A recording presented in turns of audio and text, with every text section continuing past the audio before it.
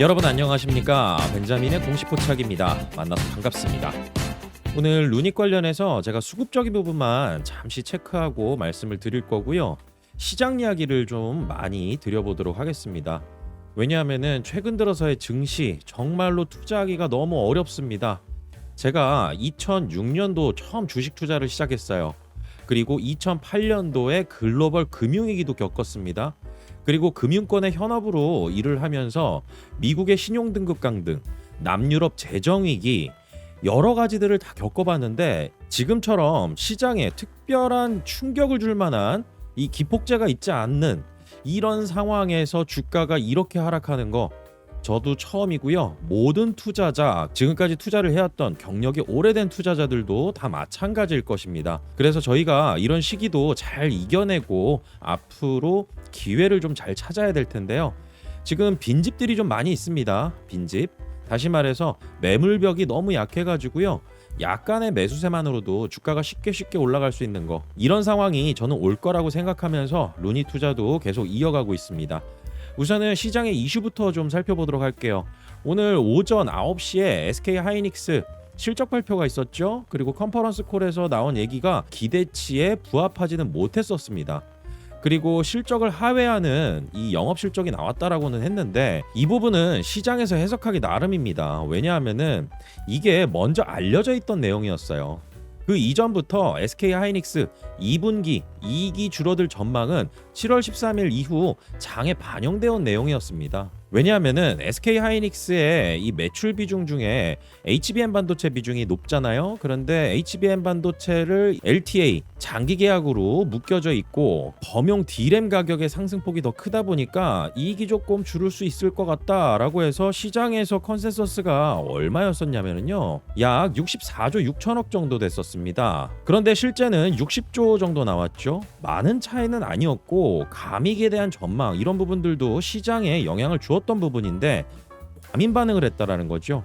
그래서 저는 이 부분에 대해서 어떻게 보고 있냐면요, 어제도 잠깐 말씀을 드렸었는데 이 단기 투자자들, 다시 말해서 단일 종목 레버리지로 단기 투자자들이 SK 하이닉스에 어제 같은 경우 꽤나 많이 매수를 했었습니다. 그리고 개인 투자자들이 매수를 했었고요. 그런데 실적 발표 나왔는데 이전에 나왔던 내용은 생각 안 하고 숫자가 줄어들었다라고 해가지고 그냥 바로 던져버리는 이런 상황이 저는 벌어졌을 거라고 봐요. 그리고 개인 투자자들 신용매매 그리고 청산에 대한 압력 이런 부분들 때문에 먼저 이 손절하는 이런 물량들도 튀어나왔다라고 보고 있습니다. 그래서 미리 알려진 감익 이게 있었는데 추가적으로 회사에서 장기 공급 계약 관련된 설명이 구체적으로 제시되지 않았다라는 점, 그리고 주주 환원 정책에 대해서도 뭔가 기대감을 줄 수 있을 만한 포인트가 없었다라는 거죠. 이것 때문에 매도가 매도를 부르는, 그리고 레버리지 ETF의 매도로 인해서 더 변동성이 확대되는 이런 상황이 나타난 거죠. 이틀 연속 서킷 브레이커는 정말로 저도 이해가 되지 않는 그런 증시의 상황입니다. 여기에 정부가 좀 개입할 필요가 있어요. 한시적으로 공매도를 좀 제한한다든지 아니면 증시 안정 펀드 여기에 대한 발동, 이게 언급만 있어도 시장이 이 정도로 출렁거리지는 않을 것 같고요. 그리고 단일 종목 레버리지 관련해서 이 제약 조건을 조금 더 구체화하면서 좀 제한의 그 레벨을 좀 더 높이는 이런 게 나와야 되지 않을까, 저는 그렇게 보고 있습니다. 그래서 오늘 시장의 하락 원인은 정말로 커다란 이슈는 아니지만은 유가가 좀 상승했었습니다. 그래서 중동 전쟁이 또 확전되는 거 아니냐 이 부분에 대한 우려감도 있었지만은 이거는 계속 지금 달고 가고 있는 상황이잖아요. 그리고 저는 오늘 시장에서 오늘은 외국인이 코스닥 시장에서 또 장난질을 쳤다라고 저는 보고는 있습니다. 여러분들 이 차트 어제도 제가 보여드렸죠. 어제는 코스피 선물을 가지고 말씀을 드렸었는데 오늘 보여드리는 거는 코스닥 150 선물 지수입니다. 그런데 여기에 매매 주체의 누적 순매수를 저희가 확인할 수가 있는데 이거 한번 보세요. 제가 어제도 말씀드렸지만은 지수 선물을 가지고 사이드카 만드는 거 어렵지가 않습니다. 왜냐하면은 외국인이 오전부터 해서 코스닥 지수 선물을 계속 매도하기 시작합니다. 그런데 이 받아가는 주체가 만약에 개인이나 아니면 투신 이런 쪽이면 상관은 없겠지만은 금융투자가 받아간단 말이에요.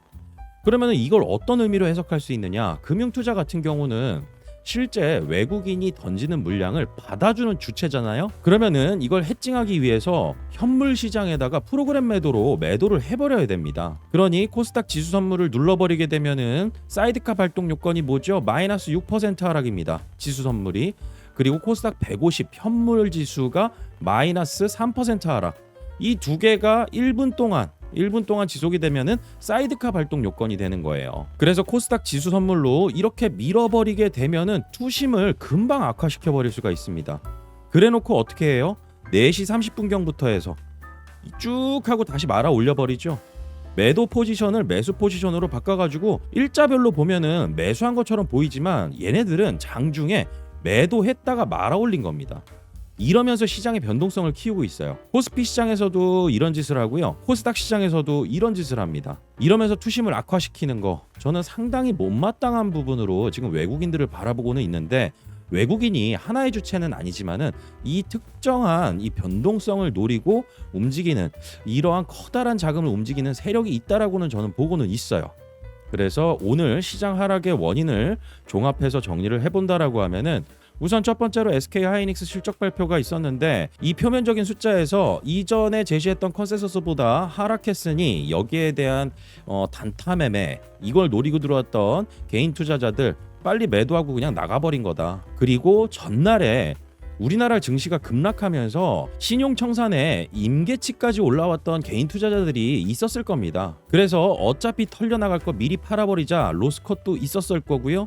그 다음에 반대 매매 물량도 있었을 거고요. 그리고 오늘 코스닥 시장에서는 외국인이 어제 코스피에 했던 매매 패턴, 이걸 똑같이 보여주는 이러한 패턴을 만들어버리면서 투심을 악화시켰다.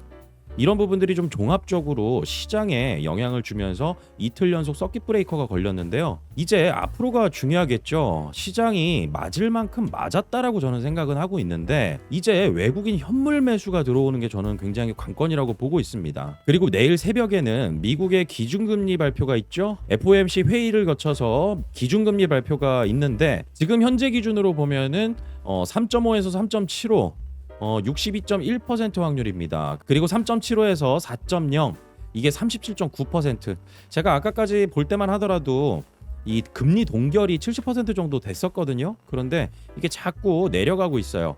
그래서 깜짝 금리 인상에 대한 언급도 지금 나오고는 있는 중입니다. 시타델 같은 경우 연준이 금리를 인상을 할 수도 있다라고 이야기가 나오는데, 이거는 결과가 나와봐야지 알고요. 당장의 물가를 잡기 위해서 일시적으로 올렸다가 다시 금리를 인하할 수도 있다라는 가이던스, 이런 부분들이 제시된다라고 하면은 시장이 안도감을 갖겠지만은, 금리는 한번 올리게 되면은 꾸준하게 올리는 이런 패턴이 일반적이었거든요. 그래서 시장에서는 이 부분에 대해서도 좀 경계감을 갖고 있는 것 같습니다. 그래서 이 부분은 결과가 나와야지만 저희가 여기에 대해서 좀 생각을 해볼 수가 있을 것 같고, 지금은 기준금리 관련해서 예측한다라는 것 자체가 좀 의미 없다라고 저는 보고는 있습니다. 그리고 오늘 루닉 같은 경우 상대적으로 주가 하락은 좀 선방한 편입니다. 장중에 굉장히 많이 하락폭을 키우기도 했었지만은 정규장 종가로 1.85%로 끝났습니다. 1.85%로 끝나면서 오늘 수급 주체로 본다라고 하면은 기관 자금 그리고 금융 투자 이렇게 들어왔죠. 그리고 외국인은 순매도를 했고요. 개인 투자자들 같은 경우도 순매도를 했는데, 기관 자금 중에서 금융 투자 들어온다라고 하면은 거의 대부분의 자금이 관련된 ETF다. 그런데 제가 봤을 때는 오늘 코스닥 150 관련된 ETF, 이와 관련해서 수급이 들어오면서 금융투자에 기계적인 매수가 있었을 거다. 저는 그렇게 보고 있습니다. 그리고 간만에 수량은 그렇게 크지 않지만은 사모펀드가 또 들어와주고 있습니다. 그래서 오늘 수급적인 부분에 있어서는 루닛이 큰 폭의 하락을 만들어낼 수 있을 만큼 이러한 상황은 아니었었는데, 장중의 변동이 정말 힘들게도 만들었었죠. 루닛 같은 경우는 지금 지수의 움직임에 동조화돼 가지고 같이 당분간 움직일 가능성이 높습니다. 실적 발표 나오기 전까지는 좀 당분간 관련된 ETF 그리고 지수의 움직임, 여기에 따라서 특정한 매매 주체가 매도를 하지 않는다라고 하면은 지수의 움직임과 어느 정도 이 회복 국면에서 따라갈 가능성, 이 부분을 저는 열어두고 있고요. 제가 지금까지 경험해온 결과를 바탕으로 여러분들께 한 가지 말씀드릴 수 있는 부분은요, 역사적으로 시장은 등락을 반복했고 하락하는 국면이 있었다라고 하면은 회복하는 국면들도 있었습니다. 반드시 있었고요.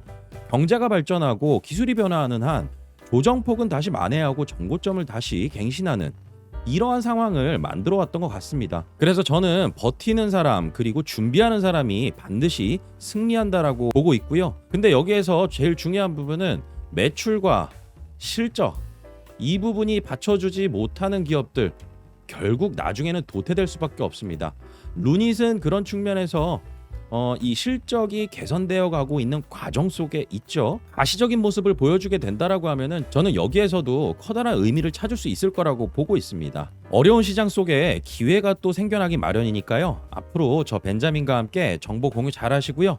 좋은 투자 수익 기회도 잘 만들어 가시길 바라겠습니다. 오늘 내용은 여기까지고요. 저는 다음 시간에 또 찾아뵙도록 하겠습니다. 구독과 좋아요는 큰 힘이 됩니다. 벤자민이었습니다.